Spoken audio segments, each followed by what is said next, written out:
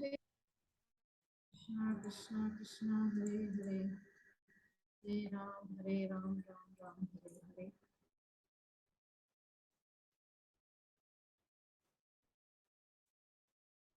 हरे कृष्णा। तो कृष्ण बुक का 49th chapter 49वां अध्याय दुष्प्रेरित धृतराष्ट्र कल स्टार्ट हम कर दिए थे, कल शुरुआत हो गई थी इस अध्याय की। तो हमने देखा कि भगवान श्री कृष्ण ने अक्रूर जी को भेजा है कहाँ, हस्तिनापुर, अपनी बुआ और उनके 5 बेटों का कुशल क्षेम जानने के लिए। हम्म, क्या उनकी सिचुएशन कैसी है, उनके जो ज्येष्ठ पिताश्री है धृतराष्ट्र, वो उनके साथ न्याय कर रहे हैं या अन्याय कर रहे हैं, या क्या सिचुएशन उन लोगों के साथ चल रही है। आप सब कुछ आकर के मुझे रिपोर्ट कीजिएगा, उसके अकॉर्डिंग मैं आगे डिसीजन लूंगा, आगे मैं अपनी नीति बनाऊंगा, अपनी रणनीति बनाऊंगा कि मुझे किस प्रकार से पांडवों का हित करना है। तो ये सब जानने के लिए अक्रूर जी को भेजा था, और अक्रूर जी गए हैं हस्तिनापुर, जाकर के हस्तिनापुर का बड़ा वैभव देख करके आश्चर्यचकित रह गए हैं। बहुत, कल हम चर्चा किए थे, अपार वैभव है हस्तिनापुर में।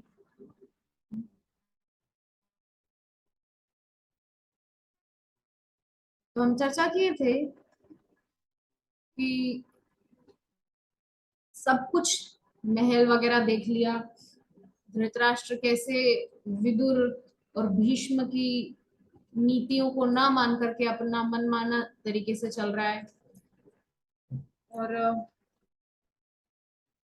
शकुनी, कर्ण, दुशासन, दुर्योधन, इन लोगों की कूटनीति का शिकार पांडव हो रहे हैं। ये सब अक्रूर जी ने देखा। आगे लिखा है कि धीरे धीरे कुंती और विदुर से अक्रूर जी को ज्ञात हुआ कि पांचों पांडव सैन्य विज्ञान में असाधारण रूप से दक्ष थे, और उनकी शारीरिक शक्ति भी अत्यधिक विकसित थी। इसी कारण धृतराष्ट्र के पुत्र उनके प्रति असहनशील और विद्वेषी थे। अक्रूर जी को पता चला है किससे? कुंती से, अपनी बहन से। अपनी बहन से और विदुर जी से पता चला है कि जो पांडव हैं 5, वो बहुत ही, क्या बोलना चाहिए, मार्शल आर्ट्स में, और क्या बोलना चाहिए, मिलिट्री आर्ट्स में, सैन्य विज्ञान जिसको बोलते हैं, सैन्य कला, मिलिट्री आर्ट्स यानी कि सैन्य कला में बहुत निपुण है, बहुत ही इंटेलिजेंट है, बहुत ही ज्यादा उसमें वो लोग टैलेंटेड हैं। तो ऐसा जो, मतलब उन लोगों का जो टैलेंट है मिलिट्री आर्ट्स वगैरह, उससे जो धृतराष्ट्र के जो पुत्र हैं उनको विद्वेष हो रहा था कि ये लोग इतना ज्यादा अ, कैसे जानते हैं, कैसे सीख लिया, हमारे भी तो वही गुरु है द्रोणाचार्य, कोई अलग से तो है नहीं, ये लोग इतने ज्यादा एक्सपर्ट और एडवांस कैसे हैं और हम लोग पीछे। इस प्रकार से जो है उनके अंदर थोड़ा सा पेश आ गया था, एनवी क्रिएट हो गई थी, ईर्ष्या का भाव डेवलप हो गया था। पांडव सच्चे शूरवीर के समान कार्य करते थे, उनमें क्षत्रियों के सभी सद्गुण थे। तो पांडव लोग जो है ना, वो किसी को कष्ट देने के लिए सैन्य कला नहीं सीखे थे, समाज का कल्याण करने के उद्देश्य से उन्होंने उस सैन्य कला को सीखा था, राज्य की सुरक्षा के लिए। तो सारे अच्छे सद्गुण उनमें विद्यमान थे। वे अत्यंत उत्तरदायित्वपूर्ण राजकुमार थे और सदैव प्रजा का कल्याण करने की सोचते रहते थे। उत्तरदायित्वपूर्ण यानी कि बहुत रिस्पॉन्सिबल, हाँ, बहुत ज्यादा रिस्पॉन्सिबल, मतलब उनको पता है कि हम एक राजा के पुत्र हैं, इसीलिए हमारी एक्टिविटी बहुत ही सटीक होनी चाहिए। ऐसी कुछ भी एक्टिविटी वो लोग नहीं करते थे कि उनकी वजह से इस सुंदर पवित्र परंपरा पर कोई दाग लगे। कि कहीं राजकुमार है तो कोई लड़कीबाजी कर रहे हैं, तो नशे करे पड़े हुए हैं कहीं पर, या किसी के साथ हिंसा कर रहे हैं, या बेवजह है जंगलों में जाकर के शिकार खेल रहे हैं, और इस प्रकार के मतलब जो राजकुमार लोग करते हैं, या आजकल के माता पिता, धनी माता पिता की जो संतान करती है, वैसे क्रियाकलाप उनके नहीं थे पांडवों के, है ना।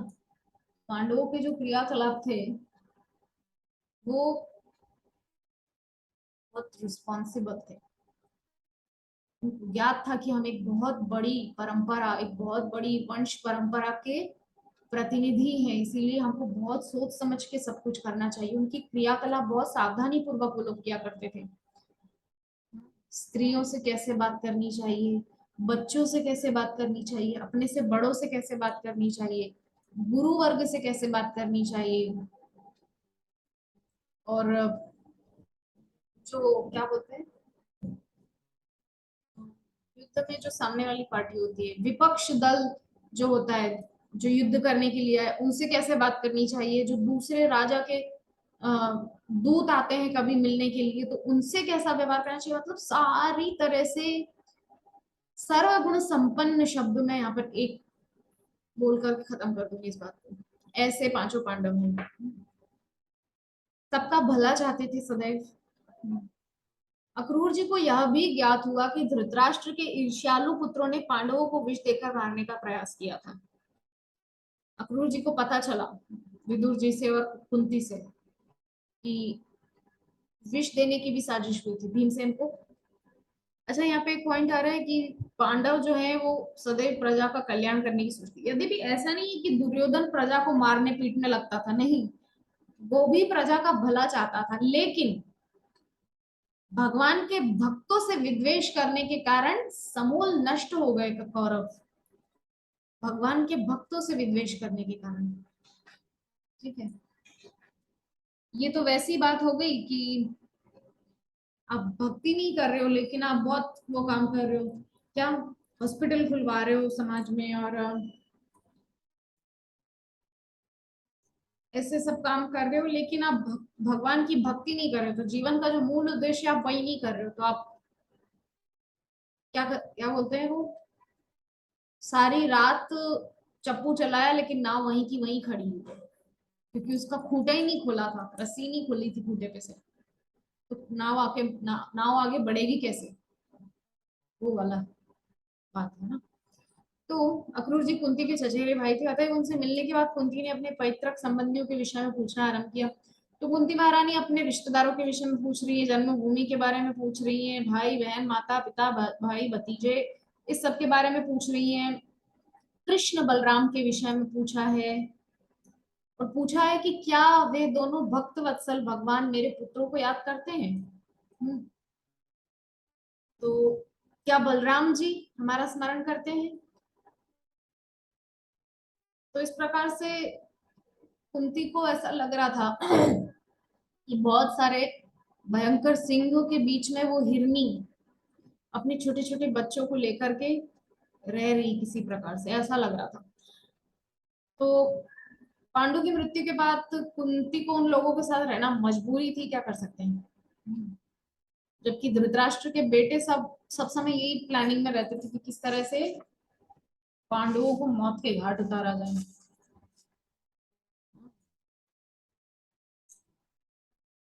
तो बस उनका भगवान श्री कृष्ण की भक्त होने के कारण मैं सदैव उनका चिंतन करती थी और सोचती थी कि एक दिन श्री कृष्ण आएंगे और उन्हें उनकी भयावह स्थिति से बचाएंगे।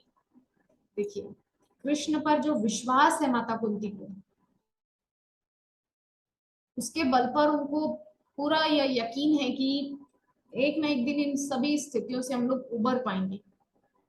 उन्होंने अक्रूर जी से पूछा, क्या पितृहीन पांडवों को धृतराष्ट्र और उसके पुत्रों की कपटी राजनीति से मुक्त होने का मार्ग बताने के लिए श्री कृष्ण यहाँ आने का विचार रखते हैं। तो अक्रूर जी से पूछ रही है माता कुंती कि क्या श्री कृष्ण यहाँ आएंगे हमको बचाने के लिए कभी।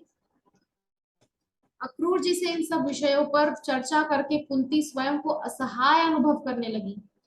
और इस प्रकार पुकारने लगी, प्रिय कृष्ण तुम परम योगी हो, समस्त ब्रह्मांड के परमात्मा हो, तुम समस्त ब्रह्मांड के यथार्थ हितैषी हो। प्रिय गोविंद, इस समय तुम मुझसे बहुत दूर हो, किंतु फिर भी मैं तुम्हारे चरण कमलों की शरण में आने की प्रार्थना करती हूँ। माता कुंती जो है इस प्रकार से थोड़ा सा भावुक होकर के श्री कृष्ण को याद कर रही है। तुम्हारे चरण कमलों की शरण में आने की प्रार्थना। इस समय अपने पांचों पितृहीन पुत्रों सहित मैं अत्यंत इस समय अपने पांचों पितृहीन पुत्रों सहित मैं अत्यंत दुखी हूँ। मैं अच्छी तरह से समझ सकती हूँ कि तुम्हारे पद कमलों के अतिरिक्त मेरी और कोई शरण अथवा आश्रय नहीं है। श्रीमद् भागवतम की इस बार जो क्लास हुई थी मायापुर टीवी हिंदी में, उसमें एक बहुत सुंदर सब्जेक्ट बताया था कि भक्त और भगवान का रिश्ता कैसा होता है। भक्त इस बात के लिए श्योर है, कॉन्फिडेंट है क्या, कि मेरे पास और कोई आश्रय नहीं श्री कृष्ण के अलावा, भगवान श्री कृष्ण के अलावा। और इसी प्रकार भगवान को भी इस बात की श्योरिटी रहती है कि मेरा भक्त मुझे छोड़ के और कहीं जा ही नहीं सकता, उसको पता है मैं ही इसका एकमात्र आश्रय हूँ। सब जगह हार चुका है मान मनौती करके, पर मेरे पास आकर इसका काम बना है, इसीलिए इसको मेरे अलावा और कोई आश्रय नहीं। भगवान भी इस बात के लिए श्योर है। वही बात यहाँ पर लिखी हुई है।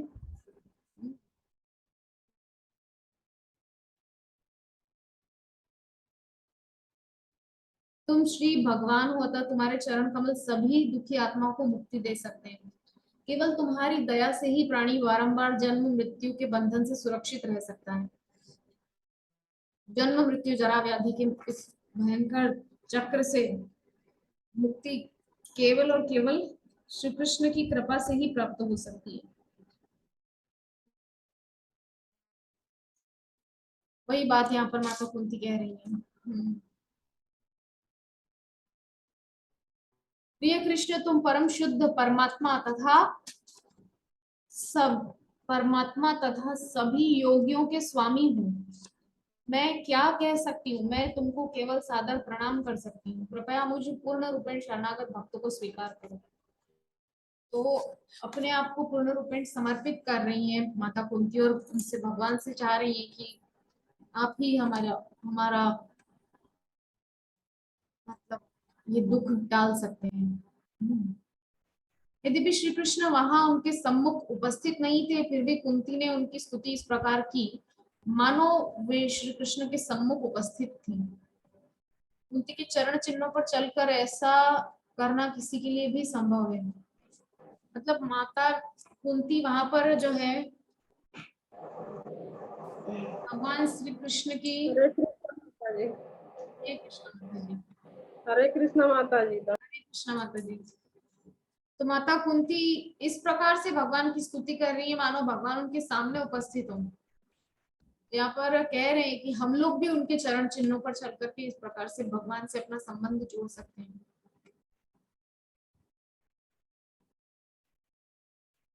सब जगह श्री कृष्ण की शारीरिक रूप से उपस्थिति आवश्यक नहीं है, वे आध्यात्मिक शक्ति के द्वारा वास्तव में सब स्थानों पर उपस्थित रहते हैं और आवश्यकता केवल इस बात की है कि मनुष्य निश्चल मन से उनकी शरण में जाए।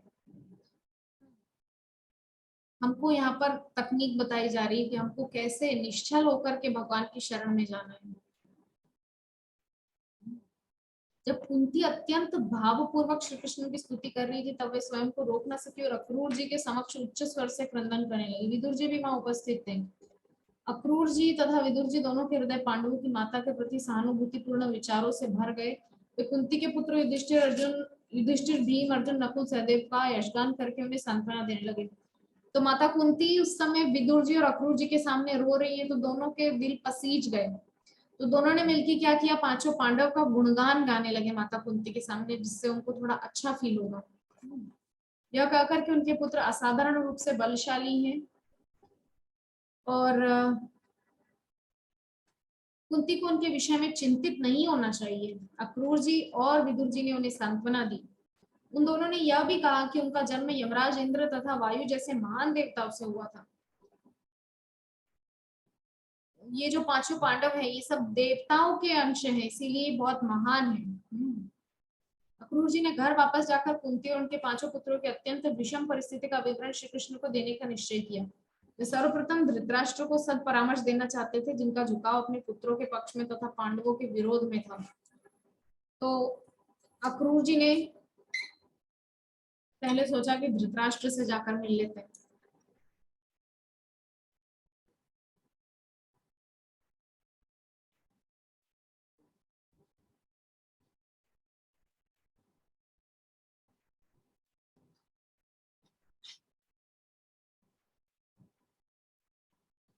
तो इसीलिए उन्होंने डिसाइड किया कि पहले मैं जाकर के धृतराष्ट्र से मिलूंगा। तो धृतराष्ट्र के पास गए, जो कि अपने बेटों के मोह में अंधे हैं। धृतराष्ट्र मित्रों और संबंधियों के मध्य बैठे हुए थे। तब अक्रूर जी ने उन्हें वैचित्र वीर्य के नाम से संबोधित किया। वैचित्र वीर्य का अर्थ है विचित्र वीर्य के पुत्र। धृतराष्ट्र पांडु के जो पिता हैं वो एक ही है वैसे देखा जाए तो, पर अलग दृष्टिकोण से देखा जाए तो भी एक ही है, वेदव्यास। विचित्र वीर्य जो है उनकी ही तो पत्नियां थी, अंबिका और अंबालिका, और अंबिका के पुत्र है धृतराष्ट्र और अंबालिका के है पांडु। तो इस तरह से विचित्र वीर्य के ही पुत्र हुए दोनों। यद्यपि देखा जाए तो वेदव्यास के पुत्र थे। धृतराष्ट्र के पिता का नाम विचित्र वीर्य था, किंतु वे उनके आत्मज पुत्र नहीं थे, वे व्यासदेव के आत्मज पुत्र थे। पुराने समय में यह प्रथा थी कि यदि कोई पुरुष संतानोत्पत्ति में असमर्थ रहता था तो उसका भाई उसकी पत्नी के गर्भ से संतानोत्पत्ति, देवरेण सुतोत्पत्ति कर सकता था। यह प्रथा अब कलयुग में निषिद्ध है। अक्रूर जी ने व्यंग्य पूर्वक धृतराष्ट्र को वैचित्र वीर्य कहकर संबोधित किया, क्योंकि वस्तुतः उसकी उत्पत्ति उसके पिता से नहीं हुई थी, वे व्यासदेव के पुत्र थे। जब पत्नी के गर्भ से पति के भाई की संतान उत्पन्न होती थी तब वह संतान पति की ही मानी जाती थी, किंतु वस्तुतः वह संतान पति से नहीं प्राप्त होती थी। ये व्यंग्यपूर्ण वचन इंगित करते थे कि पैतृक आधार पर धृतराष्ट्र का राज सिंहासन पर अधिकार जताना गलत था। वास्तव में पांडुपुत्र ही अधिकारी थे और पांडवों की उपस्थिति में धृतराष्ट्र को सिंहासन पर अधिकार नहीं करना चाहिए था। तो राजा तो पांडु महाराज थे और पांडु के बाद उनके पुत्र पांडवों में से किसी एक को बनना चाहिए था, जैसे कि बड़े भाई युधिष्ठिर, उनको राजा बनना चाहिए था, लेकिन धृतराष्ट्र गद्दी पकड़ के बैठे हुए थे जंग के। अक्रूर जी ने आगे कहा, हे विचित्र वीर्य के पुत्र, आपने नियम विरोधी तरीके से पांडवों का सिंहासन ले लिया है, फिर भी किसी न किसी प्रकार से अब आप सिंहासनारूढ़ हैं। अतः मैं आपको परामर्श देता हूं कि आप नैतिक सिद्धांतों के आधार पर राज्य पर शासन करें। यदि आप ऐसा करेंगे और अपनी प्रजा को प्रसन्न करेंगे तो आपका नाम और कीर्ति अमर हो जाएगी। अक्रूर जी ने संकेत किया कि यद्यपि धृतराष्ट्र अपने भतीजों से दुर्व्यवहार कर रहे थे, फिर भी पांडव उनकी प्रजा थे। तो अक्रूर जी यहाँ पर धृतराष्ट्र को समझा रहे हैं सीधी सीधी भाषा में कि आपने जो पक्षपात किया है, पांडवों के साथ जो आप गलत कर रहे हैं, ये आप मत कीजिए, अभी भी रोक दीजिए। इससे आपको ही फायदा होगा, आपका जो बखान है आने वाली पीढ़ियां गाएंगी, क्योंकि वो लोग भले ही आपके परिवार के ना हो लेकिन आपकी प्रजा है।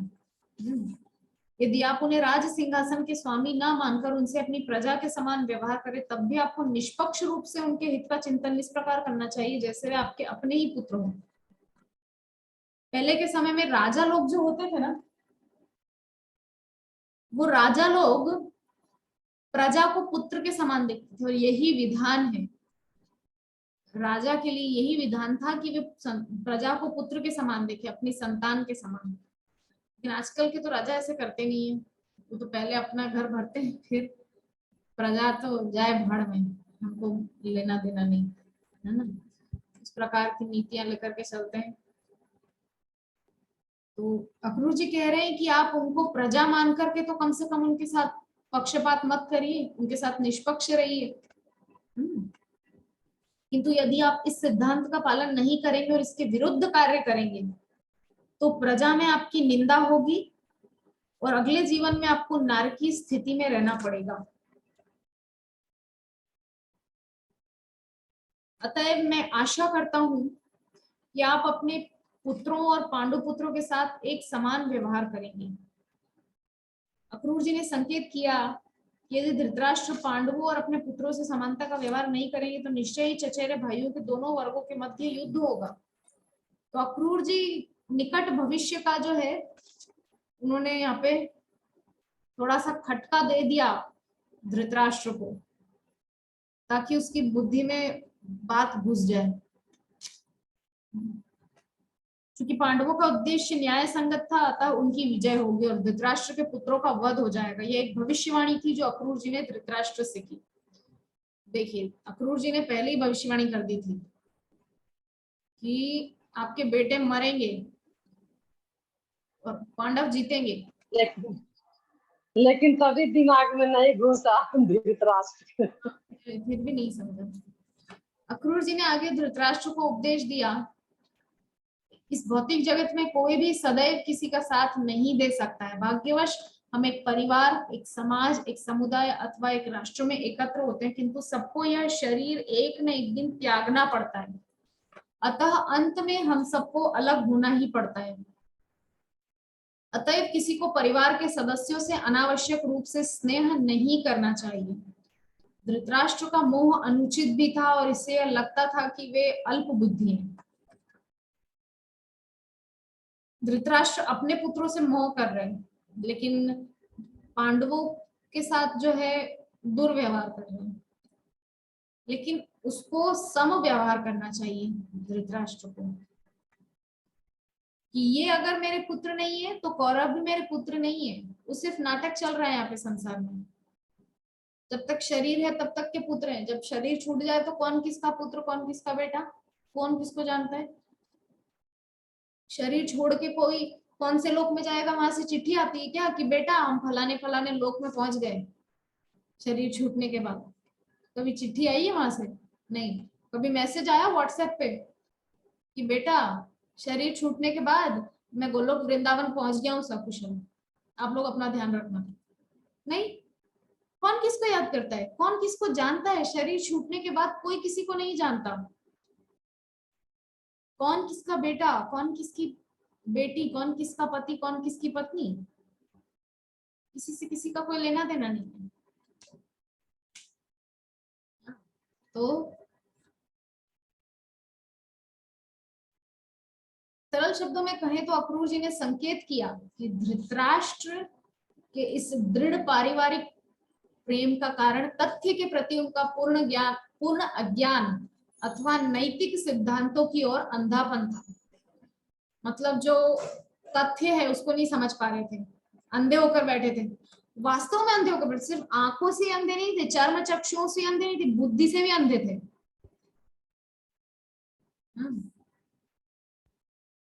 यद्यपि हम परिवार, समाज अथवा राष्ट्र में एक दूसरे से मिले जुले प्रतीत होते हैं, किंतु हम में से प्रत्येक का अपना व्यक्तिगत भाग्य होता है। व्यक्तिगत भाग्य होता है। कोई किसी के भाग्य को प्रभावित नहीं कर सकता। कि कोई ये सोचे मैं ऐसा करूंगा तो ये जो मेरा रिश्तेदार है इसको भी कुछ फायदा हो जाएगा, फिर हम लोग साथ में जाएंगे इस शरीर को छोड़ के। नहीं, पॉसिबल नहीं है। अरे साथ में शरीर छूटने पर भी हो सकता है उसने पूरे जीवन बहुत भयंकर पाप की हो तो नरकों में जाए, और एक ने बहुत पुण्य की हो तो स्वर्गों में जाएगा, है ना। जरूरी नहीं है कि शरीर छूटने के बाद साथ में रहे, अलग अलग जाना पड़ता है। ये जो बोलते हैं ना बहुत से लोग 7 जन्मों का साथ है, ये क्या फालतू बात जो बोलते हैं, 7 फेरे 7 जन्मों के रिश्ता में, क्या है, कुछ तो भी बेकार की बातें करते हैं ना ये जो लोग बात। ये सब फालतू बातें, एकदम फालतू बात। कोई 7 जन्मों का रिश्ता नहीं होता है, कोई 7 जन्म का बंधन नहीं है, बिल्कुल नहीं। मान लीजिए पति पत्नी में से एक बहुत भक्त है और एक अभक्त है, बिल्कुल अभक्त, भगवान की तरफ देखने भी पसंद नहीं करे, मंदिर की मंदिर का तो कभी नाम ही ले, पूजा पाठ तो उसके जीवन का हिस्सा ही नहीं हो, सुबह से लेकर रात तक केवल और केवल इंद्रिय तृप्ति में लगा रहे, नशा, जुआ, मांस, मदिरा, लड़कीबाजी, अय्याशियां, ये सब। और पत्नी उसके बिल्कुल विपरीत, सती साध्वी भक्ति में एकदम भगवान श्री कृष्ण की सेवा घर में करे, तो क्या ये पति पत्नी अगले जन्म में फिर साथ में आएंगे? हो ही नहीं सकता। पति तो जाएगा नरकों में सड़ने के लिए और पत्नी जाएगी भगवान के धाम। तो कहां से हो गया 7 जन्मों का बंधन? सबका अपना अपना कर्म है, उसके अनुसार अपना अपना भाग्य है। तो एक साथ 7 जन्मों का बंधन ना टूटे साथिया, ना फालतू बात क्या है ये, कुछ तो भी समझ में नहीं आता। ठीक है, तो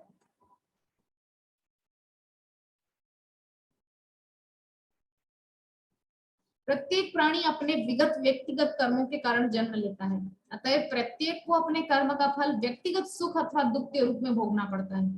सहकार पूर्ण जीवन के द्वारा भाग्य में परिवर्तन नहीं किया जा सकता। कभी कभी ऐसा होता है कि किसी के पिता अवैध रीति से संपत्ति एकत्र करते हैं, किंतु पुत्र वह सब धन ले जाता है, यद्यपि उस धन को श्रम करके पिता ने अर्जित किया था। यह ठीक वैसे ही है जैसे सागर में एक छोटी मछली दूसरी बूढ़ी बड़ी मछली के भौतिक शरीर को खा जाती है। अतएव कोई अपने परिवार, समाज, समुदाय अथवा राष्ट्र की तृप्ति के लिए अवैध ढंग से धन एकत्र नहीं कर सकता है। पहले के समय में विकसित हुए अनेक बड़े साम्राज्य आज नहीं, क्योंकि उनके धन को उनके बाद के वंशजों ने निरुद्देश्य व्यय कर दिया। यह तथ्य इस सिद्धांत का ज्वलंत उदाहरण है। जो कर्मफल के सूक्ष्म सिद्धांतों को नहीं जानता है और नैतिक सिद्धांतों को त्याग देता है, वह अपने साथ केवल अपने पापों के फल ले जाता है। उदाहरण कितना अच्छा दिया है कि एक व्यक्ति ने बहुत पूरा जीवन अनीति से धनोपार्जन किया, तो क्या वो अनीति का धन साथ में ले जा सका? नहीं, उल्टा जेल में जाना पड़ा उसको बुढ़ापे में, और वहां से गया नरकों में शरीर छूटने के बाद। वो धन का फायदा किसने उठाया? बेटे ने। अय्याशियां किसने की? बेटे ने की बाद में पैसे से। तो यहाँ सब अपने अपने कर्मों का फल भोगते हैं अपने अपने अनुसार, कोई किसी से जुड़ा हुआ नहीं है यहाँ पर।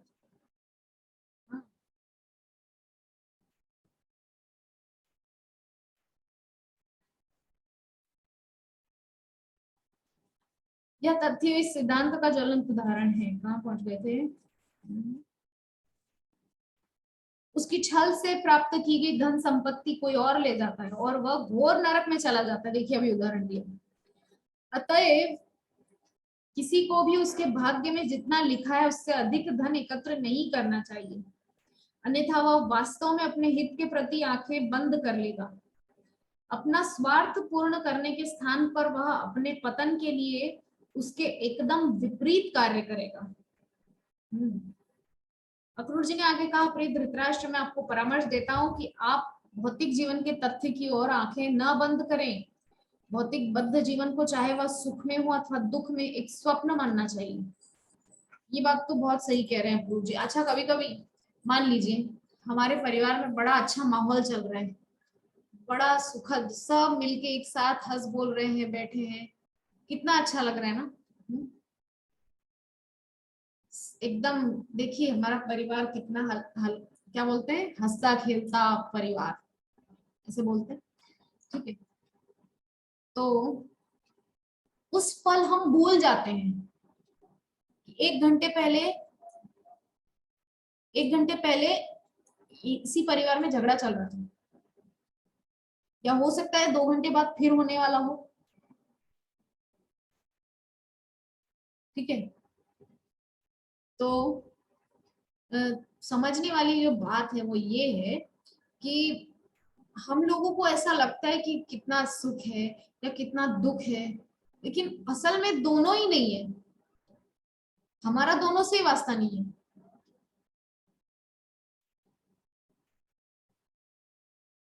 सबको अपने मन तथा इंद्रियों पर संयम करने का प्रयास करना चाहिए और शांति पूर्वक कृष्ण भावनामृत में आध्यात्मिक प्रगति के लिए जीवित रहना चाहिए। चैतन्य चरितामृत में कहा,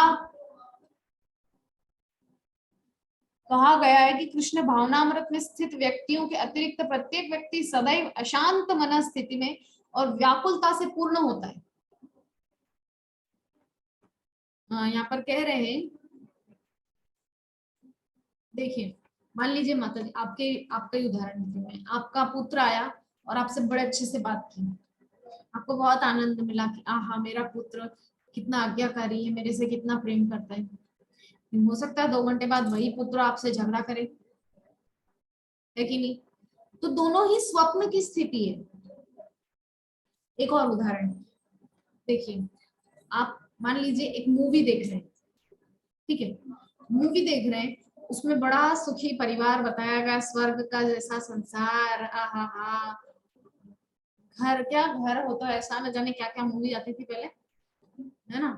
तो मान लीजिए उसमें आप देख रहे हैं परिवार में ऐसा, वो शूटिंग के दौरान सब कितना प्रेम से एक दूसरे से गले मिल रहे हैं ना, हो शूटिंग खत्म हुई, कोई किसी की तरफ देखता भी नहीं, ठीक है?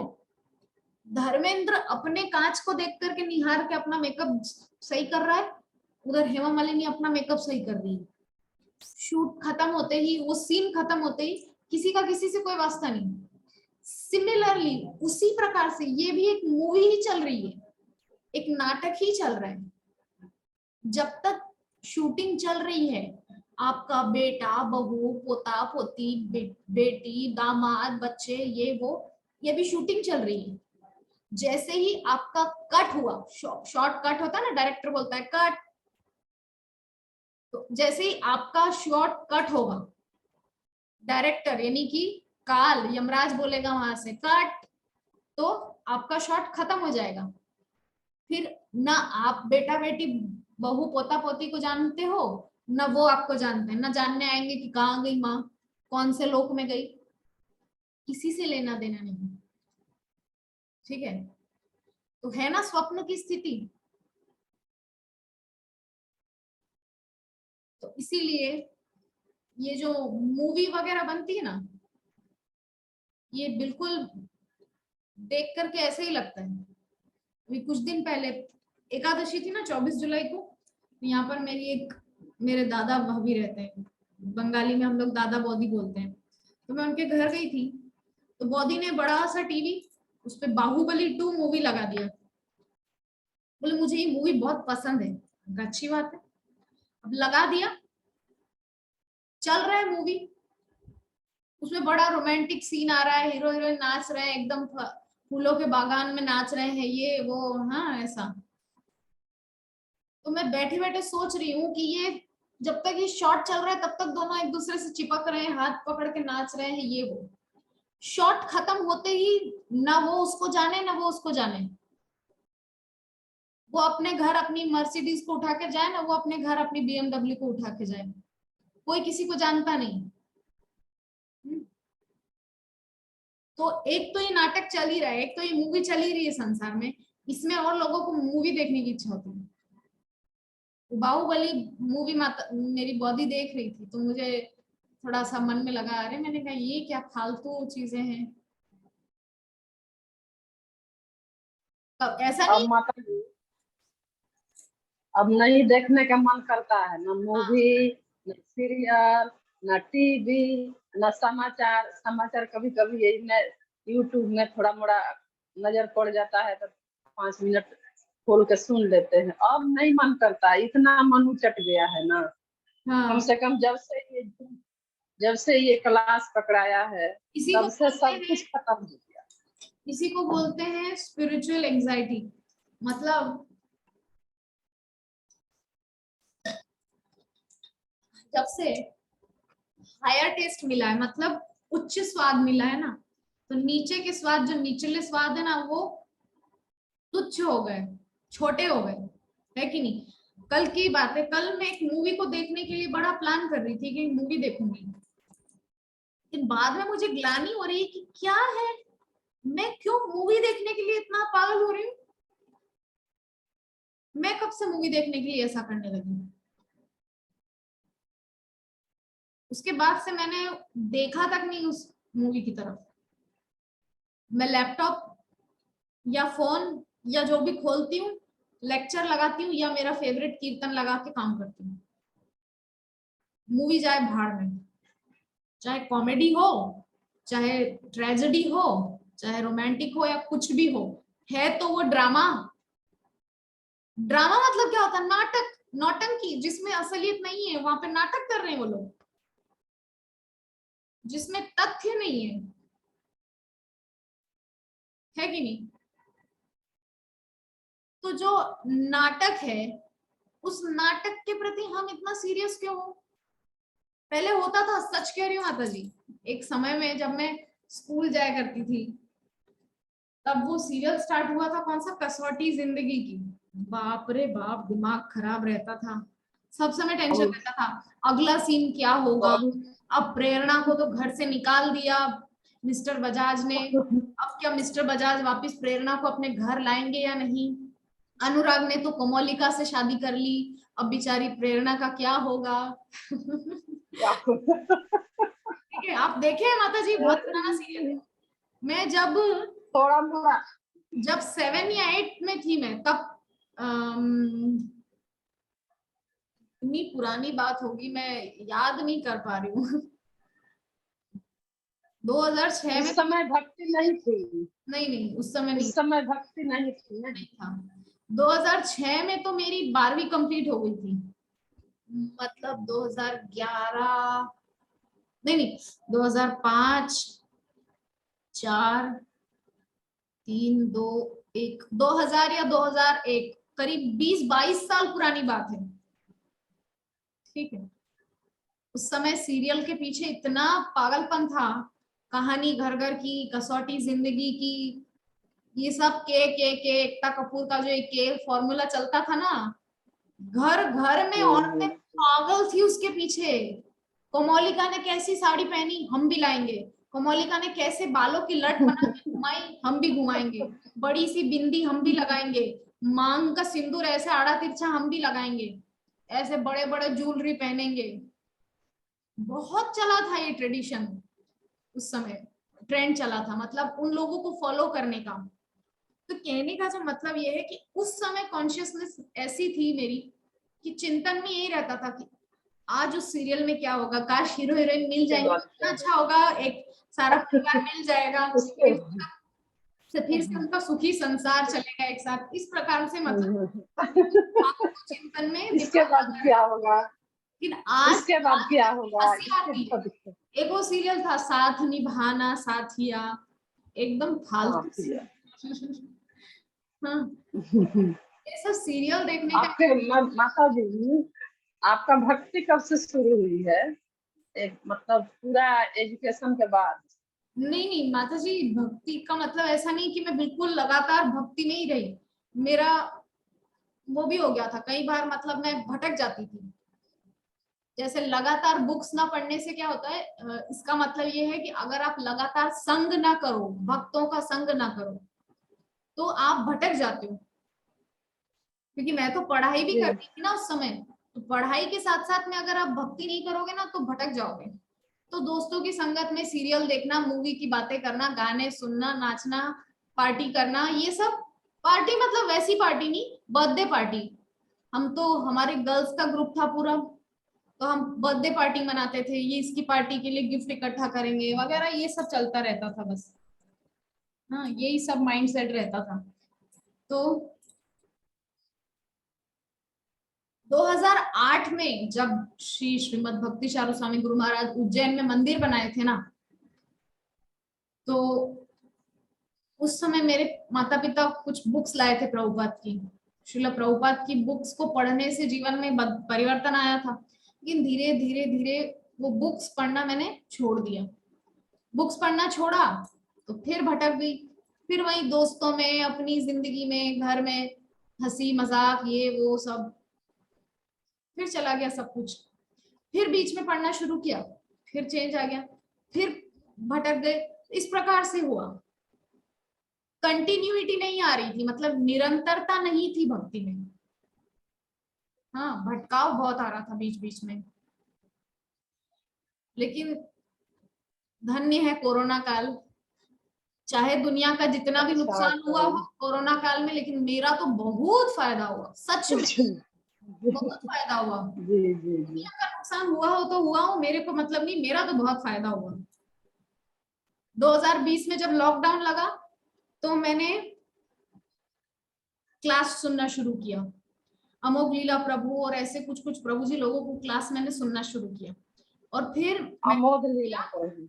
मैंने जप करना स्टार्ट किया, छुप छुप के माँ पापा से। घर में एक माला थी पुरानी सी, मेरी दादी के समय की माला। माला झोली में नहीं रखी थी, वो ऐसे ही खुली रखी हुई थी मंदिर के अंदर। तो मैंने उस पर जप स्टार्ट कर दिया। 2020 की बात बता रही हूँ, जिस समय कोरोना स्टार्ट हुआ था। 2020 में ही हुआ था ना? जी जी। हाँ 2020 में हुआ था। तो पहला लॉकडाउन जब लगा तो मैंने जप करना स्टार्ट किया। फिर धीरे धीरे मैंने कहा चलो अब ज्यादा माला करते हैं, धीरे धीरे माला बढ़ा दिया मैंने। फिर मेरे अंदर हिम्मत आ गई, माता पिता के सामने मैंने जप करना स्टार्ट कर दिया बिना डरे। फिर मैंने माँ पापा से कहा कि मुझे इस्कॉन मंदिर लेके चलो, मुझे माला झोली चाहिए, मुझे कंठी लेकर आना है। मैंने कंठी भी लिया, माला झोली लिया, माला झोली के अंदर जप करना स्टार्ट किया, तिलक करना स्टार्ट किया। तिलक मैं 2016 में मैंने करना शुरू किया था। 2015 या 16 से 1-1.5 साल किया था उस समय भी। लेकिन फिर लोगों ने मुझे डीमोटिवेट कर दिया, ये क्या बाबा जी बन के रहती हो, तिलक करती हो वगैरह वगैरह। मैंने तिलक करना बंद कर दिया। फिर 2020 में जब मैंने माला स्टार्ट की, कंठी पहना, तो मैंने सोचा अब मैं तिलक भी करूंगी। तो ये तीनों चीजें हो गई। लेकिन घर में लहसुन प्याज खाया जाता था, यद्यपि मैं नहीं खाती थी, मैं अलग कर देती थी, मुझे उसका टेस्ट पसंद ही नहीं बचपन से। प्याज की इतनी दुर्गंध, लहसुन की दुर्गंध, चाहे कितना भी टेस्टी सब्जी हो, मैं उसको अलग निकाल कर ही सब्जी खाती थी। लहसुन प्याज को अलग निकाल देती थी मैं, ठीक है, मेरी प्लेट में से। तो फिर हम लोग किराए के मकान में थे 2020 के एंड तक, सितंबर तक हम लोग किराए के मकान में थे। अक्टूबर में हम अपने खुद के घर में, मतलब माँ पापा और मैं, हम तीनों अपने खुद के घर में पहुंचे, क्योंकि दीदी लोगों की शादी तो बहुत पहले हो गई थी। 2003 में मेरी सबसे बड़ी दीदी की शादी हो गई थी, 19 साल पहले। 2005 में बीच वाली दीदी की भी हो गई थी, 17 साल पहले। उन दोनों की 22-23 में शादी हो गई थी। मेरी शादी बहुत लेट हुई, ठीक है। तो भक्ति में लगी थी ना माता जी, हाँ, भक्ति में लगी थी ना, नहीं भक्ति में लगी मांगलिक, थी। मांगलिक हूं ना, इसीलिए इतना लेट हुआ। अच्छा। मांगलिक है, लेट हुई। कुंडली में मंगल दोष है, और बहुत उच्च है मंगल दोष। तो इस वजह से फिर 2020 में हम लोग अपने खुद के घर में आ गए। तो अब बड़ा सा किचन था, तो मैंने सोचा क्यों ना भोग लगाना स्टार्ट किया जाए भगवान को। तो मैंने सोचा जब भोग लगाना है तो लहसुन प्याज का तो चलेगा नहीं भगवान को। तो मैंने अपने लिए बिना लहसुन प्याज का बनाना स्टार्ट किया, क्योंकि कंठी पहन ली थी ना। तो देखो कंठी की महिमा देखिए, महारानी तुलसी महारानी की कृपा देखिए आप। कंठी पहनने के बाद मैंने लहसुन प्याज छोड़ा, क्योंकि उन्होंने कृपा की मेरे ऊपर, ऐसी बुद्धि दी मुझे कि मैंने लहसुन प्याज छोड़ दिया। मैंने अपनी सब्जी अलग बनाना स्टार्ट कर दिया, माँ पापा की अलग अलग बनाना स्टार्ट कर दिया, क्योंकि उन लोगों को अच्छा नहीं लगता था बिना लहसुन प्याज का सब्जी। तो मैंने मेरी सब्जी का भोग लगाना स्टार्ट कर दिया रोटी के साथ में। मैंने कहा चलो मेरे भगवान को मैं मेरी सब्जी खिलाऊंगी जो मेरे लिए बनाऊंगी। फिर धीरे धीरे थोड़ा इम्प्रूवमेंट होने लगा। अक्टूबर 2020 में हम लोग आए, अक्टूबर नवंबर दिसंबर 12 दिसंबर को प्रभु जी से फेसबुक पे मुलाकात हुई, ठीक है। फिर फिर फिर बीच में बात बंद हो गई थी, क्योंकि मेरी कहीं और शादी की बात चल रही थी। तो फिर वहां से जब कैंसिल हो गया, जहां बात चल रही थी वहां से जब कैंसिल हुआ, 1 जनवरी 2021 को फिर प्रभु जी ने मेरे से बात की फेसबुक पे। बोले आपका वहां शादी का बात चल रहा था, वहां क्या हुआ? मैंने कहा वहां से कैंसिल हो गया। तो फिर बोले आप मेरे से कर सकते हैं। तो इस प्रकार से हुई बात, आगे बढ़ी और 18 जनवरी 2021 को तो मैं मायापुर आ चुकी थी। और जब मैंने शादी की तो मेरे माता पिता ने भी लहसुन प्याज छोड़ दिया, देख करके कि अब बेटी पूरी तरह से भक्ति जीवन में जा चुकी है, तो उन लोगों ने भी अपनी तरफ से ये कुर्बानी दी छोड़ दिए। कि अब हम लोग भी लहसुन प्याज नहीं खाएंगे, क्योंकि हम लोगों को फायदा होता है ना, जब हम लोग उनके वहां जाते हैं तो हमको अलग बर्तन में कुकिंग नहीं करनी पड़ती, सब साथ में ही लहसुन प्याज तो वो लोग भी नहीं खाते, हम भी नहीं खाते। इस प्रकार से मैं अपनी बहनों के घर में नहीं जाती, तो जब भी मध्य प्रदेश जाती हूँ मैं अपनी बहनों के घर नहीं जाती, क्योंकि उन लोगों के घर में लहसुन प्याज खाया जाता है। यद्यपि ब्राह्मण है, नॉनवेज तो आता ही नहीं घर में, फिर भी लहसुन प्याज खाया जाता है, इसीलिए मैं उन लोगों के घर नहीं जा पाती हूँ। यही थोड़ा सा दिक्कत होता है माता जी, जिनके यहाँ लहसुन प्याज चल रहा है ना, तो हम लोगों को जाने में भी आपकी दिक्कत होती मेरी है। बड़ी खैर, बहनें हैं, मिल तो जाता है, दो, बना तो देते हैं लोग, लेकिन अपने में खराब लगता है कि मतलब क्या, मतलब लहसुन प्याज फिर भी पूछता है लोग कि मतलब बिना लहसुन प्याज के बनाया जाए। वही दोनों थोड़ा सा मेरी बड़ी यही। बहनें हैं, मुझे बिल्कुल माँ की तरह उन्होंने पाल के बड़ा किया है, ठीक है, दोनों माँ की तरह है मेरे लिए, बहुत प्रेम करती है मेरे से दोनों, जा पाती हूँ, इसी कारण मैं उनके घर जी। नहीं जा पाती। मेरी बहन है अभी, हाँ, मेरी छोटी बहन है अपनी बेटी मेरी छोटी बहन है, अपनी बेटी की शादी कलकत्ता से कर रही है। उनकी 4 बेटियां हैं, 3 के कर दी है, एक बेटी कलकत्ते में है, और एक बेटी जो है सो गुजरात में, वे ओएनजीसी में है। उसी का शादी ठीक की है यहाँ, आपको समस्तीपुर में, लेकिन शादी करेगी कलकत्ता बड़ी बेटी के यहाँ। तो एक दिन पूछ रही थी कि दीदी शादी में चलिएगा, आपके यहाँ से तो कलकत्ता नजदीक है, से लहसुन प्याज वाला तो झंझट है, तो क्या मतलब आइएगा? मैंने कहा, अच्छा अभी देखा जाएगा, नवंबर में शादी है ना, देखा जाएगा, अगर जाना ही होगा तो 1 दिन 2 दिन में क्या, तो सब होटल में होगा, तो होटल में तो ऐसा नहीं होगा, देखेंगे, नहीं भी जा सकते हैं, उसमें क्या है। तो वही पूछ रहे थे, हम बोले कि अब छोड़े हुए हैं तो लहसुन प्याज हम थोड़ी खाएंगे, शादी छूटे या चाहे चाहे ये बारात छूटे, जो भी छूटे। तो वही बात है, हम लोग नहीं एडजस्ट कर पाते। कहने का जो मूल उद्देश्य था, जो हम बात शुरू किए थे, वो ये था कि हम लोग मतलब कहाँ से स्टार्ट किए थे, कहाँ आ गए हैं, हाँ, हम्म। कहाँ हम थे।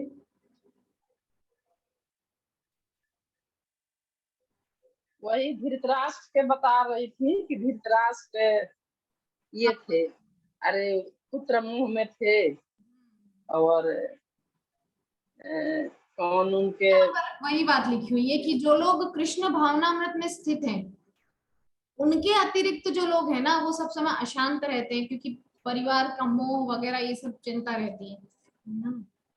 तो मोक्ष प्राप्ति का प्रयास करने वाले, ब्रह्म के तेज में लीन हो जाने वाले, अथवा यौगिक सिद्धियां प्राप्त करने का प्रयास करने वाले योगी भी मानसिक शांति नहीं पा सकते हैं। श्री कृष्ण के शुद्ध भक्त श्री कृष्ण से कुछ नहीं मांगते, वे केवल श्री कृष्ण की सेवा करके ही संतुष्ट रहते हैं। वास्तविक शांति और मानसिक समता केवल पूर्ण कृष्ण भावनामृत में ही प्राप्त की जा सकती है। तो अक्रूर जी ने इस प्रकार से धृतराष्ट्र को उपदेश दिया, और फिर बड़ी बड़ी बातें करने लगा कि दुर्भाग्यवश में मेरे चंचल मन में उसी प्रकार स्थित नहीं रह पाते जैसे आकाश में। आप जो उपदेश दे रहे हैं वो मेरे को समझ में नहीं आ रहे हो, धृतराष्ट्र ऐसे बोल रहे हैं। तो धृतराष्ट्र ने अक्रूर जी को संकेत दिया कि श्री कृष्ण में पूर्ण विश्वास है, किंतु साथ ही उसकी प्रवृत्ति अपने परिवार के सदस्यों के प्रति अत्यंत पक्षपात पूर्ण है। ये सब जो है अक्रूर और धृतराष्ट्र के बीच में संवाद हुआ। अक्रूर जी को पता चल गया, स्पष्ट रूप से समझ गए वो कि ये धृतराष्ट्र जो है पांडवों के प्रति भेदभाव ही रहेगा, और परिवर्तन नहीं आने वाला इसके अंदर, ये नहीं सुधरेगा। तो फिर उन्होंने वहां से विदा ली और अपने घर लौट आए, और आकर के कृष्ण बलराम को जो पूरा वृत्तांत है वो सुना दिया कि कैसे वहां पे सब कुछ चल रहा है, भेदभाव चल रहा है पांडवों के साथ में। तो श्री कृष्ण ने अक्रूर जी को हस्तिनापुर में वहां की परिस्थिति का अध्ययन करने के लिए भेजा था। भगवान की कृपा से वे सफल हुए। कौन? अक्रूर जी। तो इस प्रकार से हमारा ये जो 49वां अध्याय है दुष्प्रेरित धृतराष्ट्र, इसके भक्ति वेदांत तात्पर्य पूर्ण हुए। तो कल से हम 50वें अध्याय पर चर्चा करेंगे। आज के सत्र को यही विश्राम देंगे। आपका कोई प्रश्न हो माता जी तो पूछ सकते हैं। हरे कृष्णा। नहीं माता जी, प्रश्न तो नहीं है। और ये इसी समय होगा कल भी? नहीं, ऐसा मेरा टाइम फिक्स नहीं माता जी, मैं कभी भी जब मेरे को टाइम मिलता है काम की व्यस्तताओं के बीच में, जब मुझे टाइम मिलता है तो मैं रिकॉर्डिंग कर लेती हूँ या जो भी होता है जैसा भी होता है समय पे। ठीक है, तो आज के सत्र को ये विश्राम देते हैं। कल 50वें अध्याय को शुरू करेंगे जिसका नाम है श्री कृष्ण द्वारा द्वारका के दुर्ग का निर्माण। ठीक है, जरासंध का हमला, इस सब पे चर्चा कल से स्टार्ट होगी। ठीक है, तो वंशा कल्पतरुभ्यश्च कृपा सिंधुभ्य एव च पतितानां पावनेभ्यो वैष्णवेभ्यो नमो नमः। हरे कृष्णा कृष्ण कृष्ण हरे हरे कृष्णा कृष्णा राम। कृष्णा हरे हरे, हरे राम राम राम। ग्रंथराज श्रीमद् भागवतम महापुराण की जय। श्रील प्रभुपाद की जय। जय। निताय गौर सीतानाथ प्रेमानंदे। हरि हरि। हरि हरि बोल, हरि हरि बोल।